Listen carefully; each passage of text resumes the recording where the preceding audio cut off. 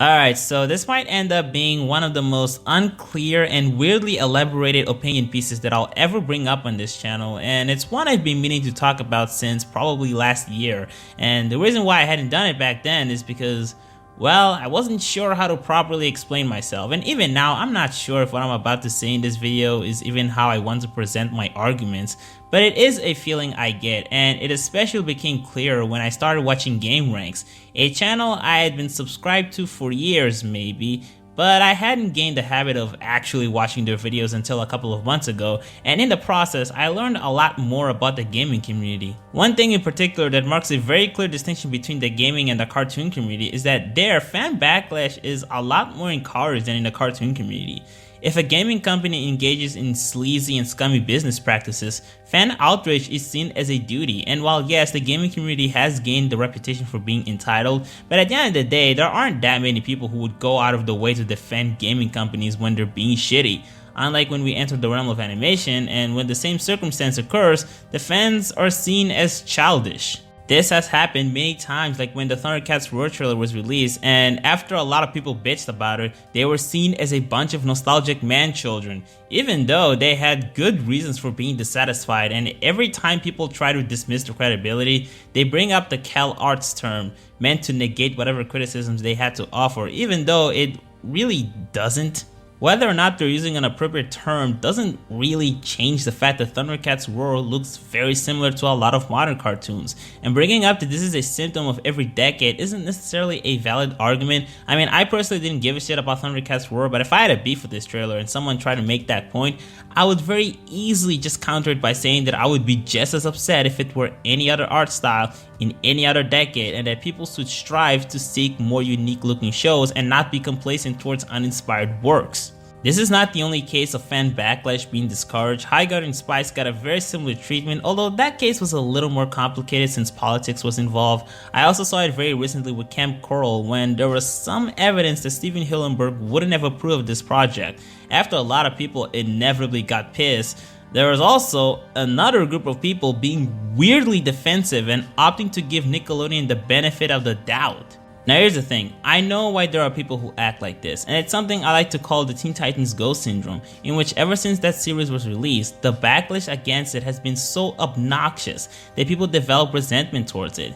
Even though there are still people who think Teen Titans Go is a massive target of hate, there are actually a lot of people who are on the anti-Teen Titans Go backlash side, and normally I would be more or less fine with this. However, because people feel so traumatic towards this phenomenon, they go out of the way to prevent an event like this as much as possible by discrediting and talking shit to people who are participating in a hate bandwagon related to cartoons. And we're not even just talking about animation enthusiasts, even people who are a part of the animation industry do this shit as well. Now, I have my reasons for why I think this is kind of problematic in its own way, but I do want to talk about the other reasons for why this kind of shit happens, though it's worth noting that in some cases these two reasons are mutually exclusive, and that is the fact that a lot of people still have it in their heads that cartoons are for kids. It's not even that they think cartoons should only be enjoyed by kids and that they're exempt from criticism, but because this medium is primarily targeted at kids, there is a sort of defined limit to how much people should care about cartoons, specifically adults.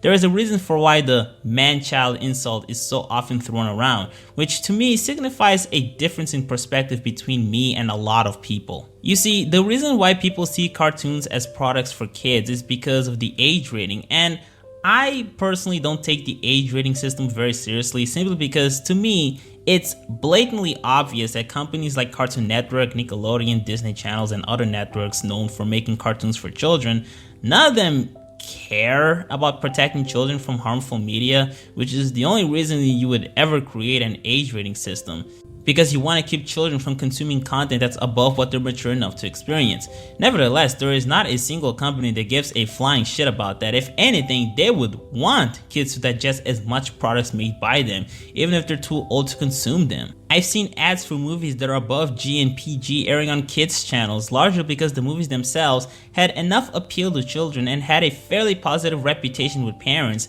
that they wouldn't make a big enough fuss about it and would allow their kids to go to the theaters. In fact, most superhero movies fit this criteria perfectly. And don't even get me started on merchandise. I see this all the time. Every single Disney shop I've been to that strictly sell toys and clothes for kids always feature merchandise of movies produced by them that are also PG-13. And this is honestly the tamest example I have. Do I even need to bring up the fact that there's a fuck ton of merchandise of adult media like South Park, Family Guy, The Simpsons, Rick and Morty, and even live action stuff, all of them being merch designed for kids? I've seen this shit plenty of times, and don't get me wrong, I'm not complaining about this. I'm not at all upset that this is a thing that happens. But with this information, do you really think that these companies genuinely care about protecting children from dirty media when they don't even take the most basic precautions to avoid exposing adult content to kids? And why would they? Why would they enact on the think of the children meme? Out of what? Moral duty? Fuck that shit. Money is their main priority. So really, they have every reason to want kids to consume even their edgier content. The only reason why they would ever establish a rating system is pretty simple: marketing. These companies know that there are a lot of butthurt parents who would throw a tantrum if their kids got exposed to media that's too mature for them. This was especially an issue back in the previous century. I don't think this is as much of a big deal now, but it's still something that can happen. There are a lot of parents who would even resort to campaigns and boycotting in order to keep the edgy shit away from their precious kids. But even if that doesn't happen, they could still prohibit their children from being exposed to it, ergo leading to less clients. And that would kind of suck because kids are the most profitable demographic to tap in when it comes to cartoons. So what these companies end up doing is they create regulations that can appease the concerns of these sensitive parents. Which is why we have this needlessly monitored system of different age ratings attempting to reach different ages of people. But at the end of the day, they don't give a fuck about who's actually watching it. They're still gonna make decisions to be as reaching and appealing to the demographic they're aiming at because they want as many guaranteed returns. But they don't really care if a different demographic ends up getting exposed to that same product. At best, it might make them a little bit paranoid because it means that they didn't calculate their target audience correctly and that they might end up reconsider their tactics and knowledge of their current market in order to have potentially more efficient and accurate results.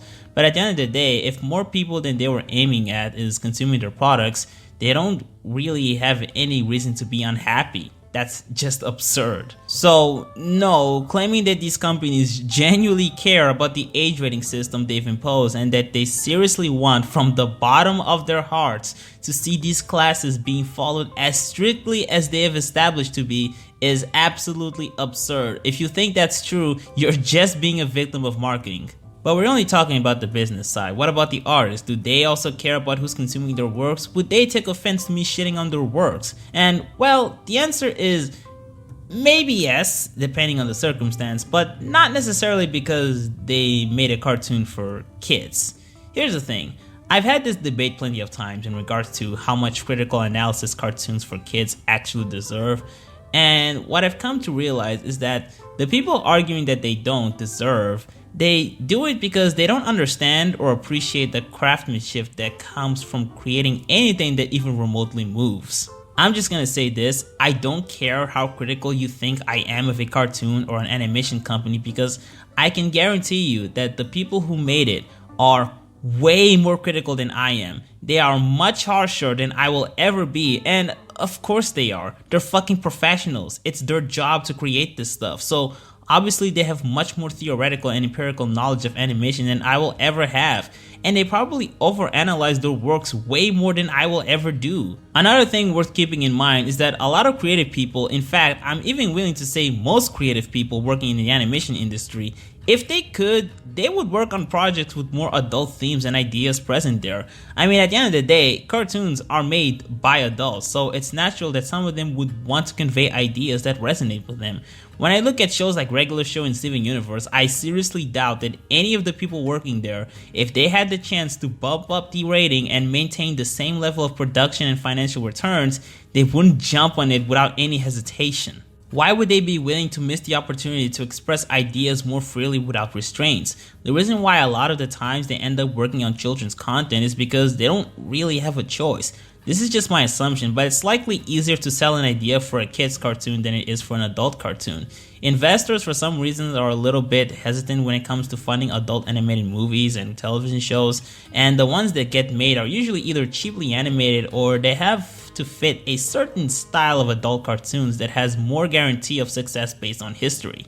Now, these practices have been challenged over the past decade or more, but this is how the industry has been operating for many years. And some creators might have certain projects that they feel is a lot smarter to pitch them as children's shows over an adult cartoon, and they just go with it, forced to deal with the restraints imposed by this age rating system. And this doesn't even need to be solely related to what they're allowed to show and say. Sometimes they might be forced to implement gimmicks that the higher-ups believe will make the cartoon sell more. Sometimes artists might be obligated to produce shitty, redundant, and uninspired content in order to meet thresholds or other kinds of contractual obligations. Other times, they might be forced to work on projects that they don't even care about and would much rather work on something else, but because they need to pay bills, they accept the jobs. I also noticed that there are people who are easily fooled by directors who at first glance seem to care about the project, like when the producer of Thundercats Roar wouldn't shut up about how he grew up with the original series, or how the director for the live-action Sonic movie also seemed to care about the project, even willing to change the design. But guys, you do know that these people were trained to present good public image, right? You shouldn't trust how they present themselves, not even on social media. It's the project that they're offering that should be the main target of judgment. But getting back on topic, this is the reason why I get a little bit offended when I see people being apologetic towards shitty business decisions under the justification that people are overreacting, because all you're doing is enabling these companies to do whatever shit they want. The reason why I mostly support fan backlash is because I believe that in doing so, the companies become more aware of the fact that there is a large number of clients dissatisfied with what they're doing, and that they can at the very least take that information and continue to do their shit with our concerns taken into consideration. And if you think your defensive nature is benefiting the poor, innocent industry people that are a part of these shitty projects and practices, chances are they're just as upset as we are, especially the artists. You're not doing them any favor by telling these companies that it's okay to greenlight shit like the Sonic movie, Thundercats Roar, and other bullshit, when you can voice your desire to see something else that's better, and that the artist would probably feel more fulfilled and inspired to work on that. So instead of being needlessly apologetic, let's remember the fact that animation is primarily a medium of expression, not a medium for children. And as someone who really cares for this, I don't want to be called a man-child and see other people being called man-children every time they voice a negative opinion, regardless of how passionate it might be. But that's just me, and goodbye.